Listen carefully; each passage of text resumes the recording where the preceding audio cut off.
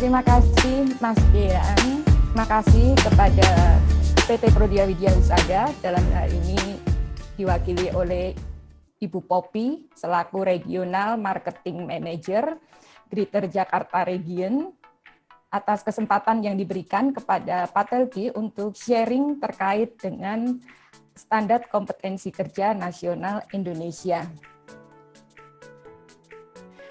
Selamat siang Sobat Webinar dimanapun berada saat ini. Assalamualaikum warahmatullahi wabarakatuh. Salam sejahtera untuk kita semua. Om Swastiastu, Namo Buddhaya, salam kebajikan. Bertepatan juga hari ini tanggal 22 Desember, peringatan Hari Ibu. Saya mengucapkan selamat Hari Ibu untuk kita semua, wanita hebat di seluruh muka bumi, bukan hanya di Indonesia, khususnya tentunya wanita-wanita hebat yang saat ini bergabung sebagai peserta webinar pada siang hari ini, baik yang sudah menjadi ibu maupun yang calon ibu. Dan tentunya apresiasi yang setinggi-tingginya untuk tenaga kesehatan khususnya ATLM yang sampai saat ini masih terus berjuang di garda depan di masa pandemi ini tentunya.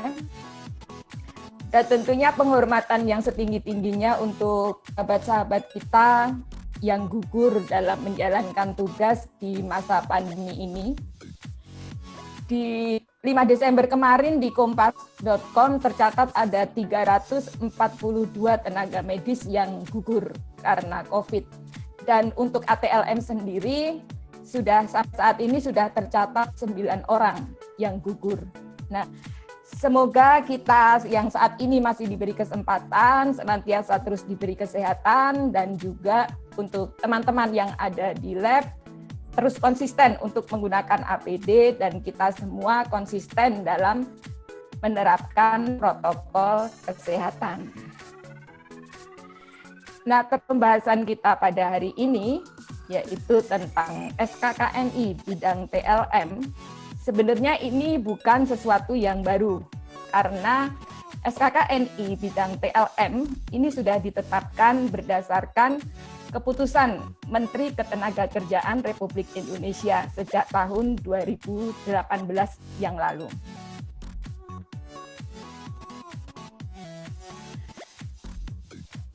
Nah, teman-teman webinar sekalian, di dalam Undang-Undang Nomor 36 itu diatur tentang tenaga kesehatan. Jadi ada pengelompokan tenaga kesehatan dalam Undang-Undang Nomor 36 tahun 2014. Nah, ini ada sekitar 12 atau 13 kelompok di sini. Kemudian kita bertanya di mana posisi ATLM saat ini di dalam undang-undang seperti itu. Nah, ATLM ini posisinya adalah di teknik biomedika. Jadi bersama atau bergabung dengan teman-teman profesi lain seperti fisikawan medis, radioterapi, elektromedis, seperti itu.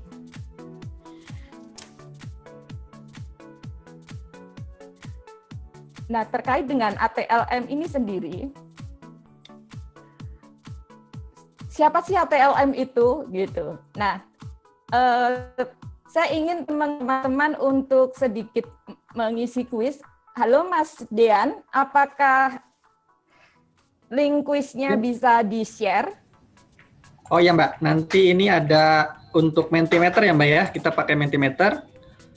Oke, jadi kita ingin tahu ATLM di mata teman-teman itu apa, seperti itu ya. Silakan nanti moderator atau host akan share untuk link. Teman-teman bisa mengakses itu lewat handphone ataupun lewat laptop dan PC masing-masing. Saya akan stop share dulu ya Mas Dean ya. Ya, atau saya langsung di kolom chat aja Mbak ya. Oh boleh, silakan di kolom chat. Teman-teman, saya sudah share untuk bisa klik linknya di menti.com.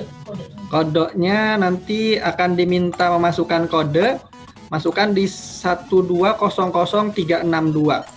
Saya sudah share di kolom chat ya. Nah, jadi bisa langsung klik untuk linknya dan masukkan kode 1200362.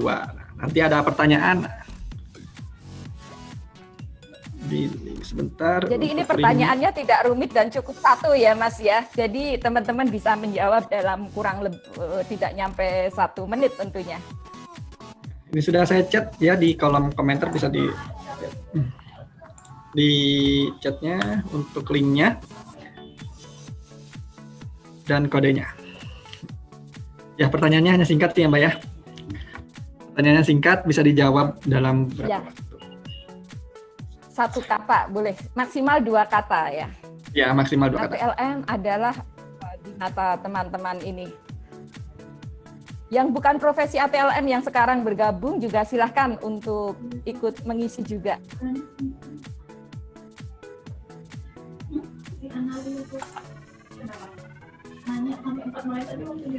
Sudah ada yang masuk, Mas Dian? Bisa ditampilkan Belum, Mbak. Masih hasil Belum ada yang masuk sih Mbak Mari, mungkin masih coba masuk dulu ya ke linknya. Mungkin teman-teman bisa coba. Nah, sudah ada yang masuk. Saya coba tampilkan. Saya stop share ya, Mas Dian. Ya Mbak, boleh. Saya tempat. Ya. Sini kita akan lihat apa nih.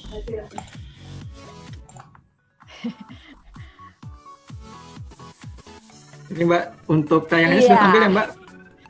Jadi ATLM itu apa? Tayangannya sudah tampil.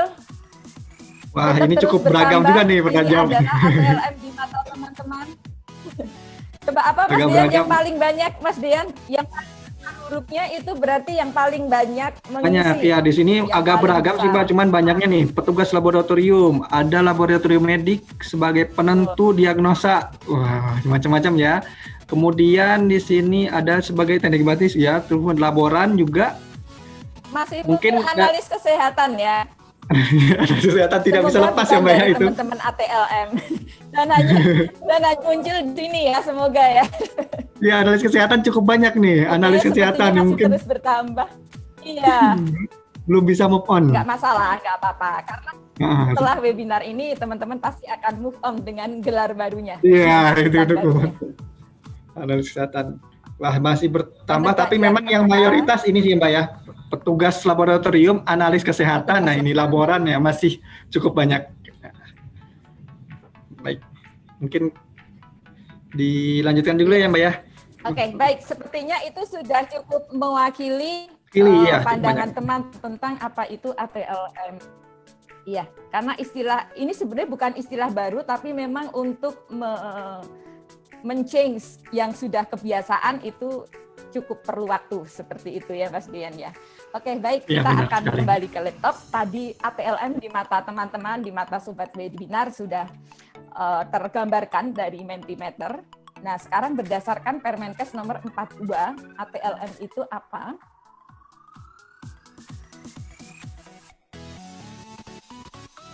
Nah, di sini adalah ahli teknologi laboratorium medik. Harapannya tadi yang masih menulis analis laboratorium atau laboran nanti sudah akan beralih bahwa ATLM adalah ahli teknologi laboratorium medik. Yang apa? Yang lulus pendidikan TLM analis kesehatan. Di sini masih untuk pendidikan masih ada sebutan analis kesehatan atau analis medik.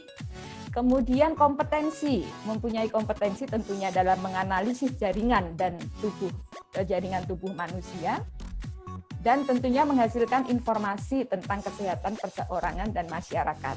Dan yang pasti adalah apa yang dilakukan sesuai dengan ketentuan perundang-undangan. Nah, saat ini untuk ATLM yang terdata di Simka Patelki itu ada 64.660 anggota. Jadi ini luar biasa sekali jumlah nas ATLM di Indonesia itu sangat banyak. Dan ini tersebar di 34 provinsi dan 409 kabupaten atau kota di seluruh Indonesia. Dan di tahun 2020 tercatat ada 6.162 lulusan ATLM baru di tahun ini. Artinya harapannya kecukupan tenaga ATLM di seluruh Indonesia ini dapat terpenuhi sehingga dapat mensupport program pemerintah dalam meningkatkan layanan kesehatan.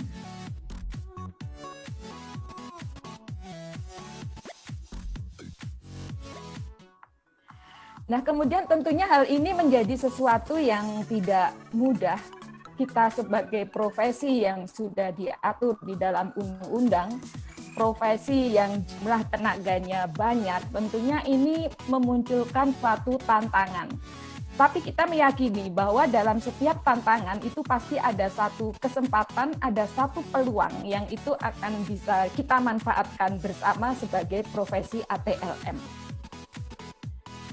Nah, kalau kita lihat teman-teman sekalian bahwa saat ini sebenarnya udah beberapa tahun yang lalu ATLM itu wajib memenuhi ketentuan registrasi, license, dan sertifikasi seperti itu. Nah, ini sebenarnya untuk apa? Secara internal manfaatnya tentunya bagi teman-teman ATLM ini merupakan kekuatan hukum yang akan melindungi teman-teman saat melakukan tugas dan fungsinya di tempat kerja masing-masing seperti itu. Karena Anda sudah tersertifikasi, terlisensi, dan juga Anda sudah registrasi. Seperti halnya Anda mengemudikan motor atau mobil, kalau tidak punya SIM, pasti Anda akan bekerja tidak dengan tenang. Karena takut nanti ada polisi yang akan menangkap Anda, seperti itu.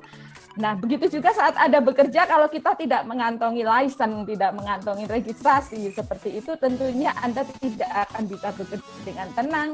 Dan pada saat terjadi suatu masalah yang itu harus berurusan dengan hukum, Anda tidak punya kekuatan hukum yang kuat untuk mendukung Anda dalam melakukan pekerjaannya.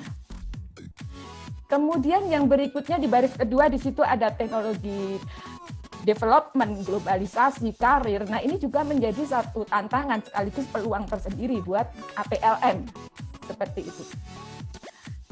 Dan juga belum lagi sekarang tantangan di masa pandemi, di mana ATLM harus dituntut melakukan sesuatu tugas yang itu sebenarnya tidak terkait dengan kompetensinya, tapi dengan didukung adanya pelatihan dan penugasan resmi dari institusi atau dari instansi, teman-teman bisa lakukan pekerjaan itu. Contohnya mengambil spesimen nasofaring seperti itu.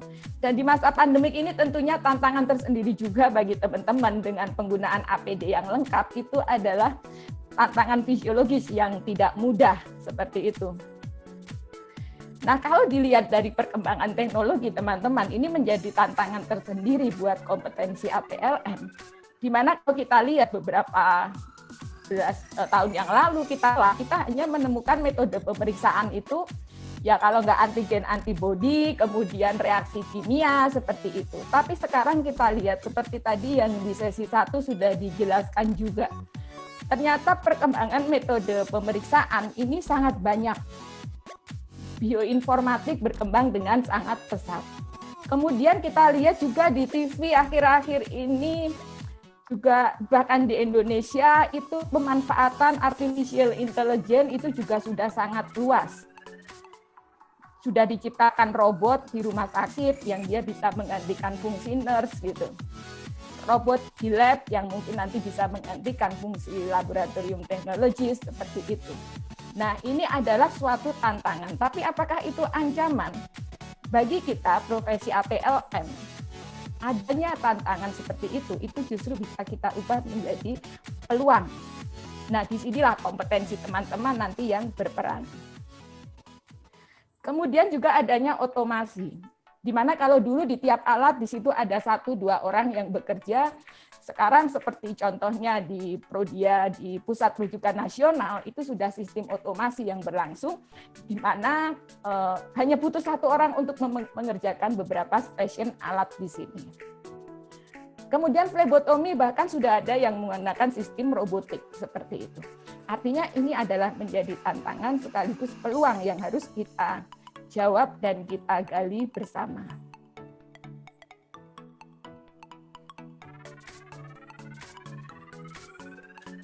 Berikutnya juga kita diingatkan kembali, ini sudah sebenarnya beberapa tahun yang lalu juga terkait dengan adanya globalisasi yang terdekat dengan kita adalah ASEAN Economic Community, di mana di sini ada satu pilar yaitu bebas tenaga kerja di situ. Nah, artinya persaingan itu akan menjadi semakin ketat. Nah, ini juga merupakan tantangan dan peluang buat kita, seperti itu. Nah, Artinya peluang apa? Ada orang asing yang bisa masuk ke kita untuk bekerja, tapi kita juga bisa punya peluang untuk mengembangkan karir di dunia luar, seperti itu. Dan tantangannya apa ya? Tentunya akan banyak, khususnya adalah bahasa. Bukan hanya dialami oleh bidang kesehatan, semua bidang adalah tantangannya bahasa. Dan tapi kita percaya dan yakin, teman-teman ATLM di seluruh Indonesia itu akan bisa menjawab tantangan ini dengan sangat baik.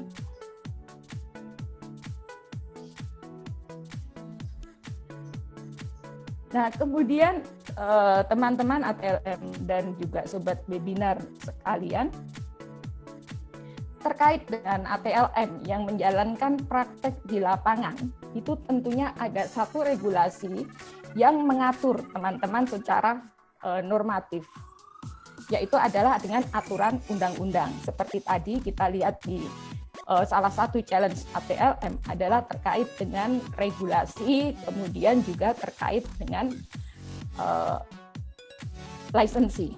Nah, ini adalah aturan-aturan yang mengikat kita pada saat kita melakukan praktek ATLM di tempat kerja masing-masing, yaitu yang terkait dengan STR, registrasi tenaga kesehatan, dan yang terkait dengan izin penyelenggaraan atau SIP bagi ATLM.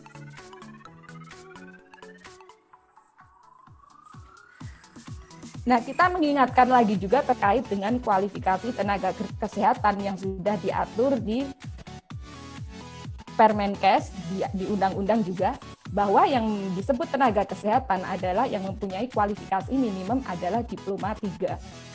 Nah, kualifikasi minimum ini yang memang harus dipenuhi teman-teman sekalian untuk nantinya bisa mengurus legalitas dan rekomendasi teman-teman pada saat menjalankan keprofesiannya.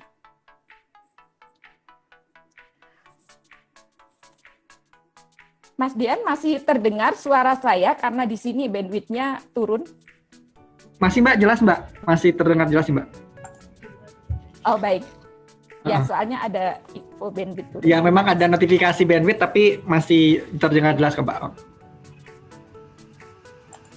Oh baik. Nah baik, kita lanjutkan teman-teman sekalian.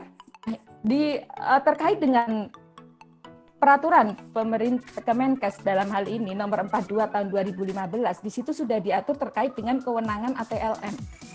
Artinya bahwa apa yang kita lakukan, hal-hal apa saja yang boleh dan tidak boleh dilakukan itu sudah ada dalam aturan perundang-undangan, dalam hari ini Permenkes. Dan di situ dibagi menjadi dua kewenangan ATLM, yaitu kewenangan sebagai ahli madya TLM dan juga kewenangan D4 atau sarjana terapan TLM. Nah, ini teman-teman nanti juga bisa baca sendiri, teman-teman bisa unduh sendiri karena ini sangat mudah diakses untuk web terkait Permenkes ini, link terkait Permenkes. Nah, di sini yang membedakan kewenangan D4 dan juga D3 adalah nanti teman-teman bisa lihat di situ, bahwa pada saat kita masuk di ranahnya D4 atau sarjana TLM, kita bisa melihat bahwa di situ kewenangannya menjadi lebih luas. Kewenangan ahli madya ditambah dengan beberapa kewenangan yang tertulis di sini. Salah satunya mengerjakan sesuatu yang bersifat khusus dan canggih. Kemudian melakukan pengujian diagnostik molekuler. Artinya apa teman-teman? Jadi satu link antara pendidikan dengan kewenangan ATLM. Nah, dalam hal ini perkembangan industri itu mengarah kepada satu perkembangan teknologi yang canggih. Pastinya tidak mungkin kan industri itu mundur. Pasti industri itu akan maju ke depan. Nah, pada saat industri sudah banyak menggunakan alat canggih, untuk bisa memenuhi kewenangan undang-undang berarti teman-teman harus melakukan upgrade pendidikan. Seperti itu. Salah satu contoh lagi yang merupakan kewenangan D4 adalah melakukan validasi secara analitis. Nah, ini adalah gambaran kewenangan yang nanti teman-teman bisa temukan di Permenkes. Nah, sekarang kita lihat di mana ATLM ini menjalankan tugasnya, yaitu tentunya di fasilitas layanan kesehatan, seperti itu. Nah, pada saat di fasilitas layanan kesehatan, sebenarnya goal dari fasilitas pelayanan kesehatan, suatu layanan kesehatan, entah itu rumah sakit, entah itu laboratorium klinik, itu tentunya adalah memenuhi ekspektasi dan kebutuhan dari pasien-pasien atau pelanggan-pelanggan kita. Nah, kebutuhan terhadap apa? Yang jelas bukan kebutuhan terhadap sembako ya. Nah, ini adalah kebutuhan terhadap riset, terhadap hasil, dan kebutuhan terhadap servis pelayanan kita. Nah, servis yang seperti apa, hasil yang seperti apa gitu. Ini akan saling berhubungan. Mengingat kompetisi industri bahwa hasil baik aja tidak cukup ternyata, tapi perlu pelayanan yang bagus. Pelayanan yang bagus juga nggak cukup kalau hasilnya tidak akurat, tidak tepat seperti itu. Jadi kedua hal ini menjadi satu paket yang memang harus dipenuhi oleh suatu layanan kesehatan. Nah, di mana peran ATLM di sini? Dalam layanan kesehatan yang terkait dengan laboratorium, itu di situ teman-teman melakukan pemeriksaan laboratorium. Outcome-nya apa dari yang teman-teman lakukan? Hasil pemeriksaan itu untuk apa sebenarnya? Ada yang untuk menunjang diagnosa penyakit, memantau perjalanan penyakit, memantau efektivitas pengobatan, juga melakukan uji saring bisa jadi. Nah, tentunya segala proses outcome ini mengarah ke satu tujuan yang sama untuk memenuhi ekspektasi pelanggan tadi, yaitu adalah hasil yang akurat dan dapat dipercaya. Jadi, outcome dari pekerjaan teman-teman di laboratorium itu adalah untuk mendapatkan ini, hasil yang akurat dan dapat dipercaya. Kenapa? Karena hasil-hasil inilah yang akan mendukung diagnosa, yang akan mendukung peran dan fungsi laboratorium tersebut, sehingga bisa dimanfaatkan oleh klinisi untuk bisa menegakkan diagnosa dan memberikan terapi yang sebaik-baiknya.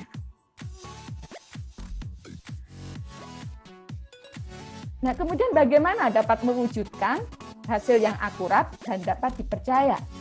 Tentunya ini peran APLM di sini menjadi sangat besar. Selain tentunya untuk mendapatkan itu didukung oleh sistem pemantapan mutu yang bagus, kemudian penggunaan alat dan metode yang bagus. Nah, tapi yang paling berperan penting di sini adalah SDM yang kompeten. Nah, bagaimana Anda dikatakan kompeten? Saya nggak pernah melakukan kesalahan gitu. Kontrol yang saya kerjakan selalu masuk. Saya nggak pernah salah sampel. Apakah itu cukup dikatakan kompeten? Tentunya kalau hanya berdasarkan itu, nanti tiap-tiap instansi itu bisa menerapkan yang beda-beda. Nah, untuk itulah akhirnya dibutuhkan suatu standar di sini. Nah, di sini kita dibutuhkan suatu standar yang disebut Standar Kompetensi Kerja Nasional Indonesia. Dan alhamdulillah, puji Tuhan, profesi kita ATLM itu sudah mempunyai standar ini sejak tahun 2018 dengan nomor 170. Pertanyaan saya, apakah teman-teman sudah ada yang pernah mengakses standar ini? Nah, akses untuk SKKN ITLM ini sangat terbuka dan sangat mudah sekali. Sehingga jangan sampai ada teman-teman ATLM, wah saya nggak tahu standar kompetensi kerja saya apa. Gitu. Saya nggak pernah bisa lihat itu SKKNI. Gitu. Nah, bahkan di HP teman-teman pun saat ini teman-teman sudah bisa mulai mengunduh di Play Store-nya masing-masing untuk SKKNI. Atau teman-teman juga bisa mengakses linknya SKKNI di sini. Nah, nanti teman akan melihat di sini, di daftar domain. Mungkin yang sekarang punya device lebih dari satu, selain untuk Zoom, teman-teman bisa juga mulai membuka SKKNI ini. Sehingga tidak bertanya lagi, ini sebenarnya masuk kompetensi saya enggak sih? Gitu. Kalau saya mengerjakan ini, melanggar enggak sih? Gitu. Nah, ini semua sudah diatur dalam Standar Kompetensi Kerja Nasional Indonesia bidang PTM. Nah, nanti kalau teman-teman sudah membuka di sini, cari di situs pencarian, karena di situ ada ratusan standar di situ. Di situs pencarian ini, nanti di kolom sektor, teman-teman bisa pilih jasa kesehatan dan kegiatan sosial. Kemudian di golongan pokok, ini teman-teman bisa memilih aktivitas kesehatan manusia. Nah, di status, nanti teman-teman bisa pilih berlaku, kemudian di tahun ini pilih 2018, karena SKKNI kita ditetapkan di tahun 2018. Kemudian bidangnya teknologi laboratorium medik. Nanti akan muncul nomor SKKNI ini. Nah, di sini teman-teman tinggal download aja, disimpan, sewaktu-waktu teman-teman membutuhkan atau perlu konfirmasi, teman-teman bisa membuka di sini. Jadi tidak ada alasan lagi ya teman-teman ATLM tidak tahu apa sih standar kompetensinya, seperti itu. Nah, ini bentuknya seperti ini, bagian depannya teman-teman, ini adalah judul standarnya kita. Kemudian ini ditetapkannya di 27 Agustus 2018.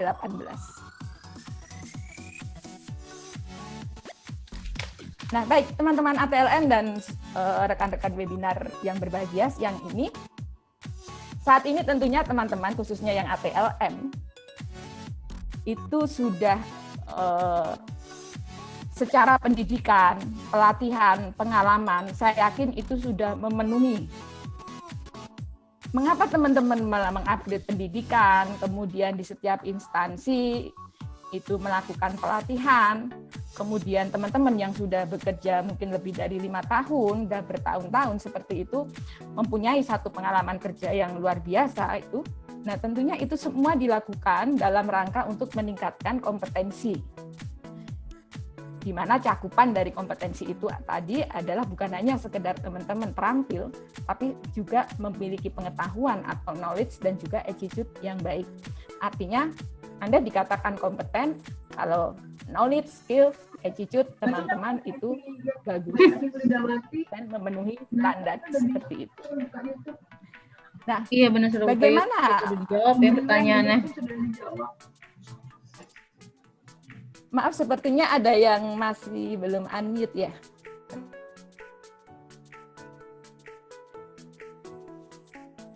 Sudah Mbak, barusan ada yang ini sudah di mata. Bagaimana kita?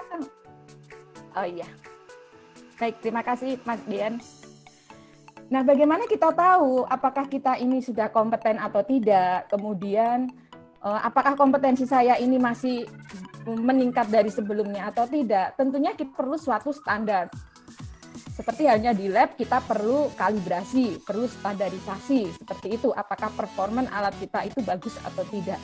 Nah, begitu juga dengan kita, ATLN yang bekerja di layanan kesehatan, itu juga kita perlu menstandarisasi performan kita. Apakah performan kita justru menurun, atau malah sudah meningkat sebenarnya, seperti itu. Nah, kita perlu satu tool. Nah, tool itu adalah yang disebut dengan standar kompetensi. Tentunya untuk SDM yang belum mencapai standar kompetensi, dia harus meningkatkan kemampuannya supaya memenuhi standar tersebut. Nah, dalam ATLM yang kita semua bekerja di industri terutama, kita lihat bahwa perkembangan industri saat ini, perkembangan dunia industri itu sangat pesat, terutama di laboratorium klinik. Apalagi di masa pandemi sekarang ini, banyak sekali inovasi-inovasi, tes-tes baru yang sedang dikembangkan, atau bahkan sekarang sudah seperti itu, yang tentunya ini membutuhkan satu SDM yang memenuhi standar kualifikasi. Untuk sebuah industri bisa menjawab perubahan dari dunia luar tantangan, dia memerlukan SDM yang memenuhi standar kualifikasi. Saya pernah mengikuti satu webinar ya, tentang Indonesia Industry Outlook. Di situ ada satu sharing dari Ketua Asosiasi Otomotif. Beliau menyampaikan bahwa pada saat ditanya, apa sih yang membuat strategi untuk rebound market? Artinya saat pandemi ini memang kita lihat segala sesuatu berubah dengan sangat pesat gitu. Ya mungkin ada satu industri yang itu jadi naik daun, tapi ada juga yang banyak juga yang terkena dampak atau imbas. Nah, bagaimana untuk merebound market tersebut? beliau menyampaikan bahwa yang pertama itu ada beberapa strategi, tapi yang pertama bahwa di lingkup kita harus identifikasi dan pertahankan di lingkungan kita.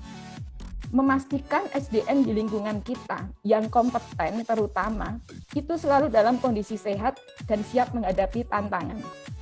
Nah, artinya di industri apapun SDM yang kompeten ini menjadi sesuatu aset yang sangat penting ya, yang sangat berpengaruh bagi industri untuk menghadapi tantangan. Nah, tentunya untuk memenuhi SDM yang memenuhi kualifikasi tersebut, kita jadi bertanya sebagai SDM di dalam sebuah industri. Kualifikasi yang seperti apa yang supaya saya bisa memenuhi syarat untuk bisa berkontribusi dalam industri? Yaitu tentunya adalah SDM yang memenuhi kualifikasi tadi. Nah, kualifikasi seperti apa? Nah, untuk menjawab ini tentunya perlu ditetapkan suatu standar kualifikasi. Dalam hal ini adalah standar kualifikasi ATLM. Siapa yang merumuskan ini? Apakah industri saja? Tentu saja tidak. Atau pendidikan saja? Nah, nanti kalau yang merumuskan hanya pendidikan, nanti lulusannya tidak sesuai dengan industri. Kalau yang merumuskannya industri, kita tidak tahu apa yang terjadi di pendidikan. Nah, ini adalah perlu kerjasama kedua belah pihak sehingga dihasilkan SDM yang bisa ditetapkan suatu standar kualifikasi yang nanti bisa menghasilkan SDM yang memenuhi standar tersebut. Nah, standar kualifikasi kerja itu yang disebut dengan SKKNI. Standar Kompetensi Kerja Nasional Indonesia. Nah, ini merupakan rumusan kemampuan kerja yang menyangkut aspek KSA, knowledge, skill, dan attitude, kemudian relevan dengan pelaksanaan tugas dan syarat jabatannya, dan sesuai dengan peraturan ketentuan perundang-undangan. Nah, ini adalah aspek dan komponen dari SKKNI.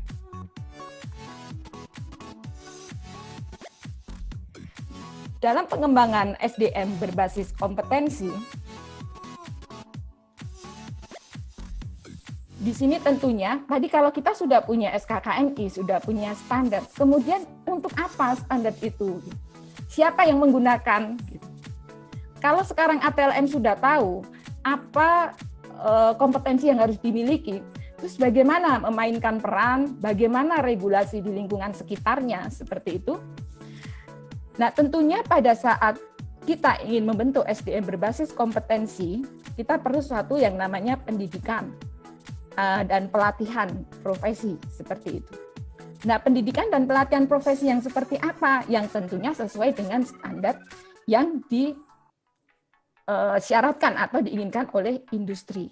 Nah, tadi industri bekerja sama dengan pendidikan sudah membentuk suatu standar. Kemudian standar ini digunakan untuk apa? Untuk diklat, untuk melatih SDM-SDM agar memenuhi kualifikasi tadi. Kemudian ini juga digunakan untuk lembaga sertifikasi untuk mensertify tenaga-tenaga kesehatan.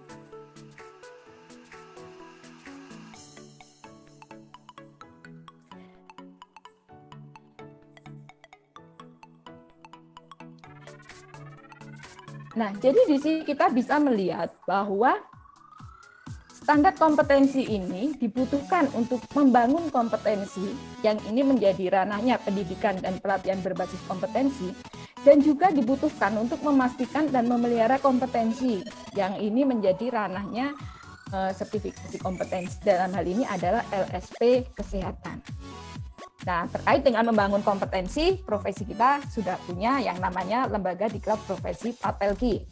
Kemudian yang terkait sertifikasi kompetensi, profesi kita di Kemkes sudah ada LSP Kesehatan, dan di Patelki sendiri juga ada LSP Pelapis, seperti itu.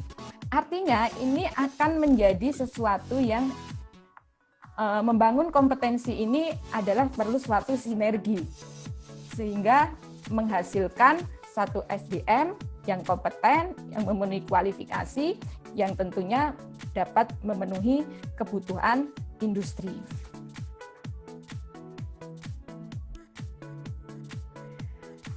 Nah, sekarang kita lihat bagaimana pada kompetensi ini tentunya seseorang yang mempunyai kompetensi itu tentu dikaitkan dengan tugas-tugas apa yang akan diberikan kepadanya atau pekerjaan-pekerjaan tertentu apa yang akan diberikan. Dan tentunya ini nanti menyangkut kembali lagi ke kewenangan. Nah, kewenangan ini tentunya kalau kita berbicara karir, ini nanti juga akan menyangkut salary atau tunjangan-tunjangan dari tenaga kerja tersebut. Seperti itu. Nah, kemudian kita lihat pemanfaatan dari kompetensi. Pemanfaatan dari SKKNI, yang pertama tadi bisa dimanfaatkan oleh dunia pendidikan untuk mengembangkan kurikulum di sini, kemudian mengembangkan program sehingga lulusan-lulusan itu dapat digunakan oleh industri, dapat langsung beradaptasi memenuhi kebutuhan industri. Kemudian kalau di dalam industri sendiri sudah menggunakan SKKNI dalam sistem rekrutmen, penilaian unjuk kerja, penyusunan uraian jabatan, kemudian pelatihan-pelatihan spesifik internal seperti itu. Nah, ini tentunya akan matching. Jadi lulusan tidak akan punya kesulitan lagi dalam beradaptasi dengan dunia industri. Kemudian di sertifikasi, lembaga sertifikasi, ini juga dapat digunakan untuk membuat paket-paket sertifikasi, pengujian, kemudian skema sertifikasi, seperti itu. Sehingga ATLM yang nanti akan mengikuti sertifikasi pun sudah tidak kebingungan lagi, karena hal yang diujikan itu ada sesuatu kompetensi yang memang sudah dia lakukan dan sudah dia dapatkan di dunia pendidikan.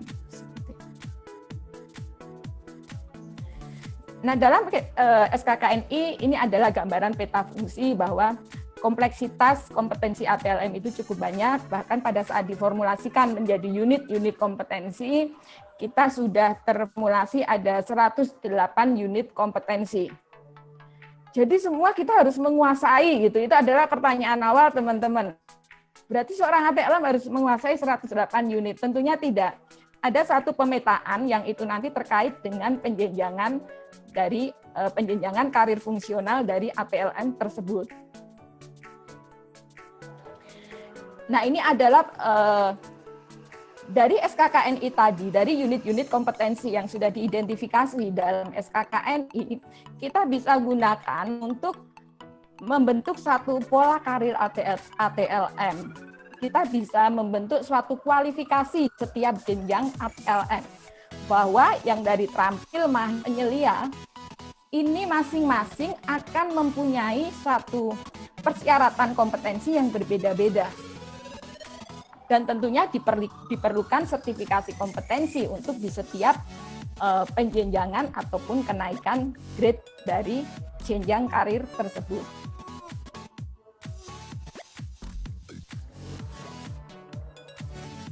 Nah, ini adalah salah satu contoh pemetaan jenjang karir dari ATLM,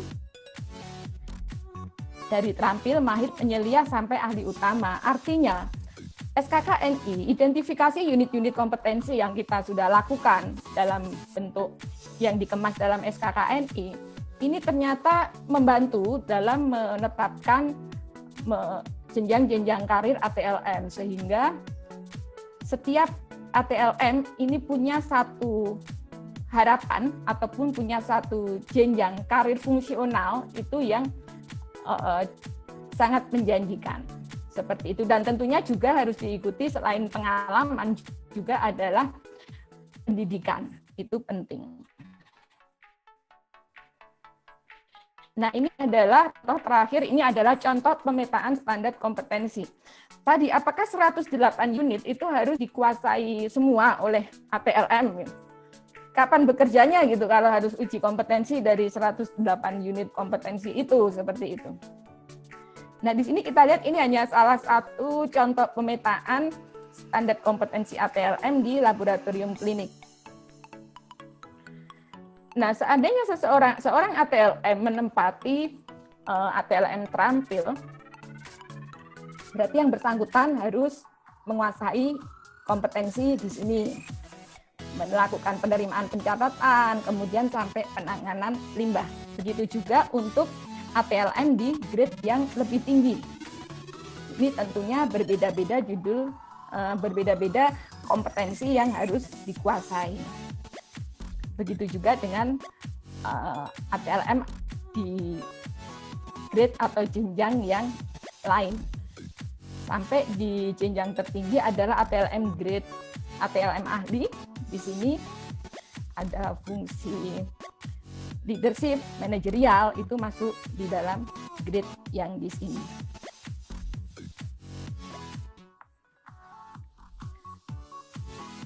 Nah, itu tadi adalah gambaran bagaimana peran SKKNI, apa itu SKKNI, dan kemudian peran SKKNI dalam baik dalam peningkatan kompetensi APLM ataupun dalam pengembangan karir APLM. Dan pada prinsipnya bahwa SKKNI ini ada, itu mempunyai tujuan yang sangat mulia, yaitu dalam hal ini adalah dapat menciptakan SDM yang profesional, kompeten, dan tentunya kompetitif. Mengingat tadi kita lihat tantangan APLM ke depannya itu sangat-sangat bisa dikatakan berat, tapi peluangnya juga sangat besar, sehingga pengembangan kompetensi itu menjadi sangat diperlukan untuk bisa menuju SDM yang kompetitif, kompeten, dan profesional. Itu yang bisa kami sharingkan. Terima kasih atas perhatian dari Sobat Webinar semuanya, semoga bermanfaat. Waktu saya kembalikan ke moderator. Silakan Mas Dian.